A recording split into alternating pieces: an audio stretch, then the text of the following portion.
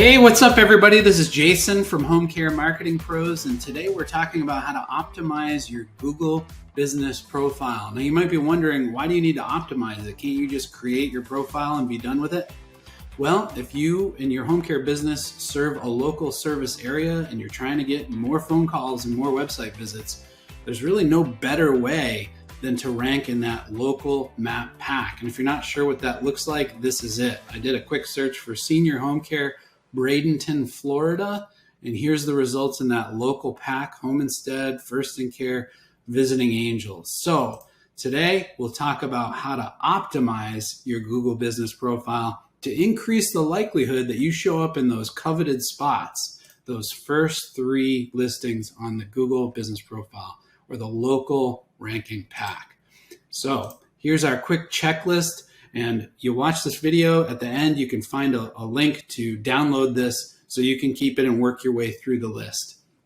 We're going to talk about setting your primary category, your business name, your secondary category, getting reviews and responding to them, photo optimization, easily overlooked oftentimes, description, services, hours of operation, opened on date, and posts, which a lot of people don't know that they can actually post articles and updates to their Google business profile. So let's get started. First, setting your primary category. Now it's important to note that Google does not actually offer a home care services or senior home care option for a category, and I'll show you what I mean. If we go here and we were just starting a new Google business profile and we could type in our name, if we put in business category, you'll notice if I start to type home care, there's nothing available. Or if I type in the word senior, the closest thing would be Senior Citizen Center, but I'm guessing you're not a Senior Citizen Center. But there is Home Health Care Service. Now, is that the right one? Well, there's 2 ways that you could find out. One, you could do a search like this and see what your competition is listing themselves as. You'll see here, Home Instead, Home Health Care Service, First in Care, Home Health Care Service, Visiting Angels. You get the point. So that's the best way to find out. We also monitor hundreds of these Google business profiles. So we look at who is your competition, and guess what? They all list the same thing, Home Health Care Service. So when you're doing your primary business category, look at your competition. Google does not have a home care category. So you can select Home Health Care Service. Now, second, your business name. Why do we even mention this? Isn't it a no-brainer? You just put in your business name. Well, there's something to watch out for.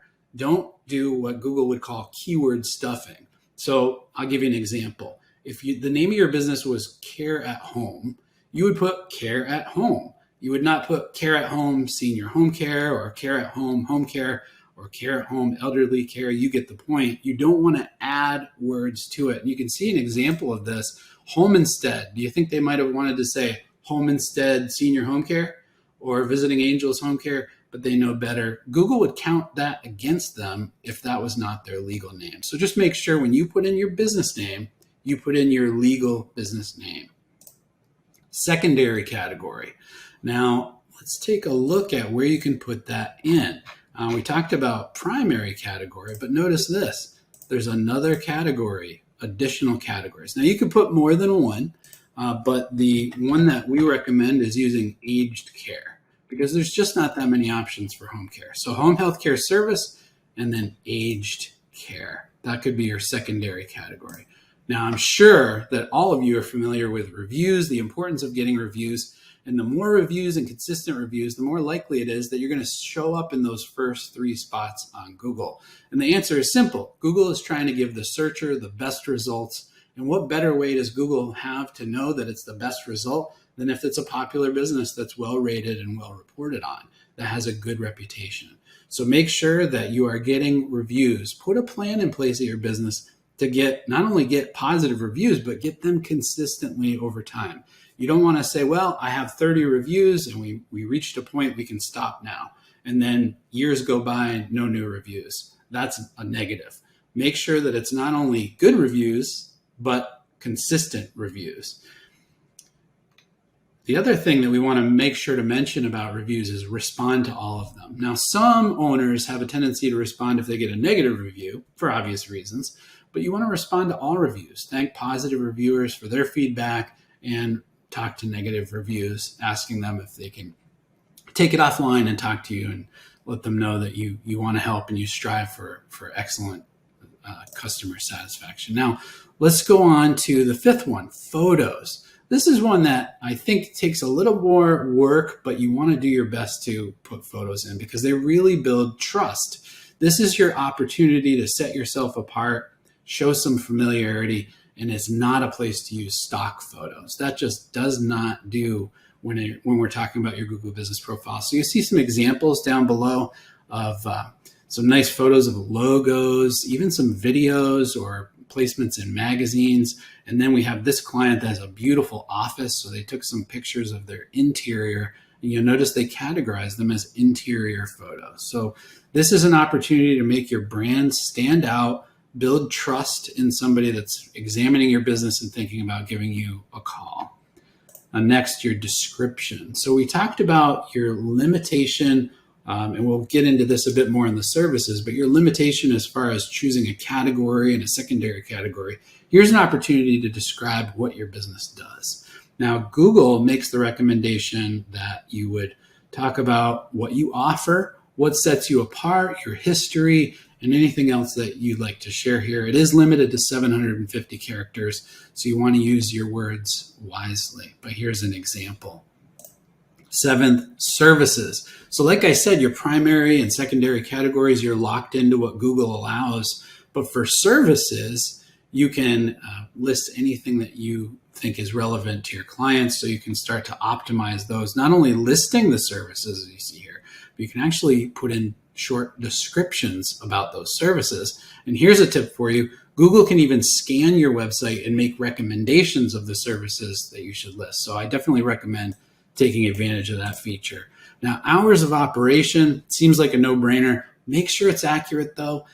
If you put that you're open 24 hours a day, make sure you really are, or you could get dinged. For instance, if Google calls your business and your receptionist or your scheduler says, yeah, we're in the office 9 to 5, well, then you could get dinged because you're not actually open 24/7. So just make sure that's accurate. But you will notice, like even here on this search, open 24 hours across the board. That's pretty common, but just a tip, make sure that it is accurate and that your competitors aren't trying to check up on you and get you delisted.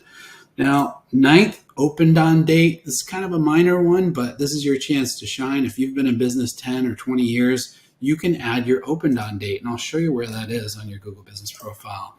If you are on your info section, it's all the way down at the bottom. Add an opening date. And this isn't the opening of that particular office or how long you've been at that address.